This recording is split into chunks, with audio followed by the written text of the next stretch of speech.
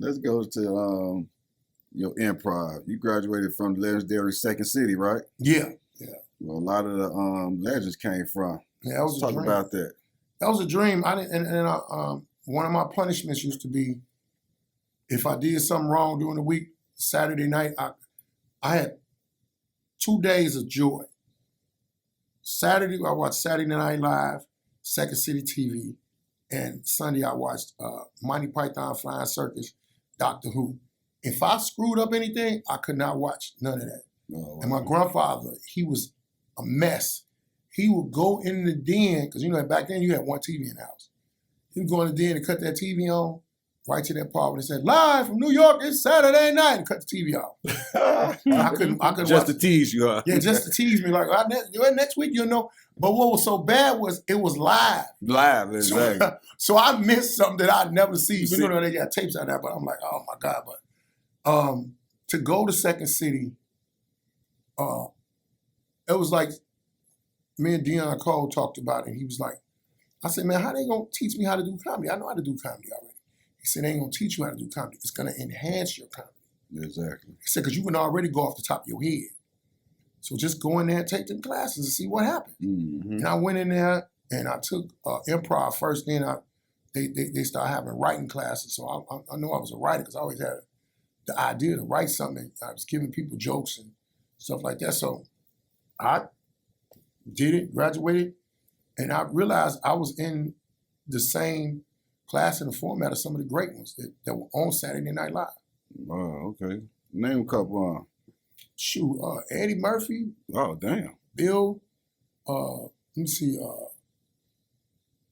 Gary Morris. Rosanna. She played Rosanna. Rosanna Down. I can't remember her real name. She passed on. Dan Aykroyd. I fell in love with the first class of Saturday Night Live. Right. When they was on there and they was popping off at each other. Like when TV wasn't sensitive. Because what's coming? Look at Jane, you ignorant slut. To be a kid to watch that on TV, oh my God, it was hilarious.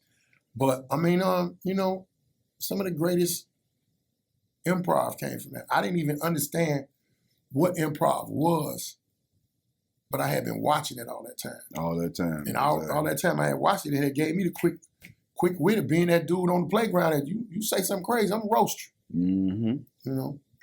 A lot of comedians freeze when things go off script. Improv comedians thrive in it. What's the key?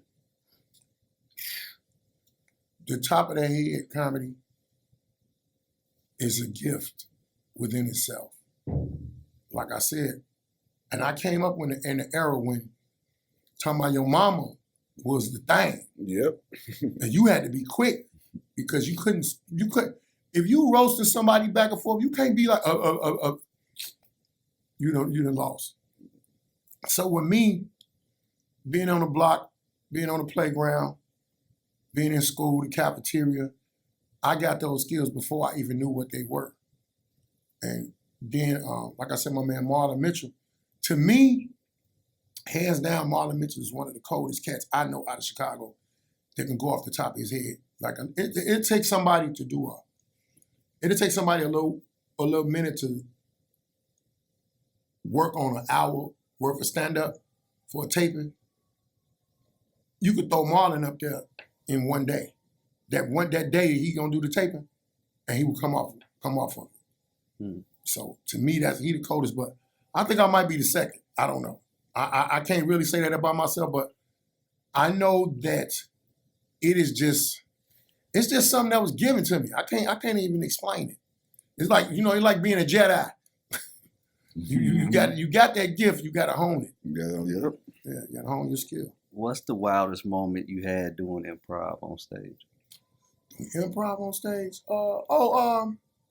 This girl ran up on the stage on me one time because I was talking about how women treat their men when their man name ain't on the lease. Mm. And oh man, it must have got personal to her because she ran up on stage and I had to. And when she ran up and she got close, I guess she really realized, he really didn't want to be running up on like that. And then I just tore her up. And after the show, she called some dudes up there. And when they got up there, they already knew me. It was like, girl, we ain't finna be mad. You the one messing with the wrong person. Right. You know, leave that alone. Crazy. It was wild because it could have went a whole different way. Yeah. You know, I'm like, man, I could have walked outside and could have got gunned up, jumped on, anything. All type of stuff. Yeah. Do you think improv makes comedians sharper than just writing jokes? Yeah. It make them sharper, but at the same time, you gotta, it's like a whole set of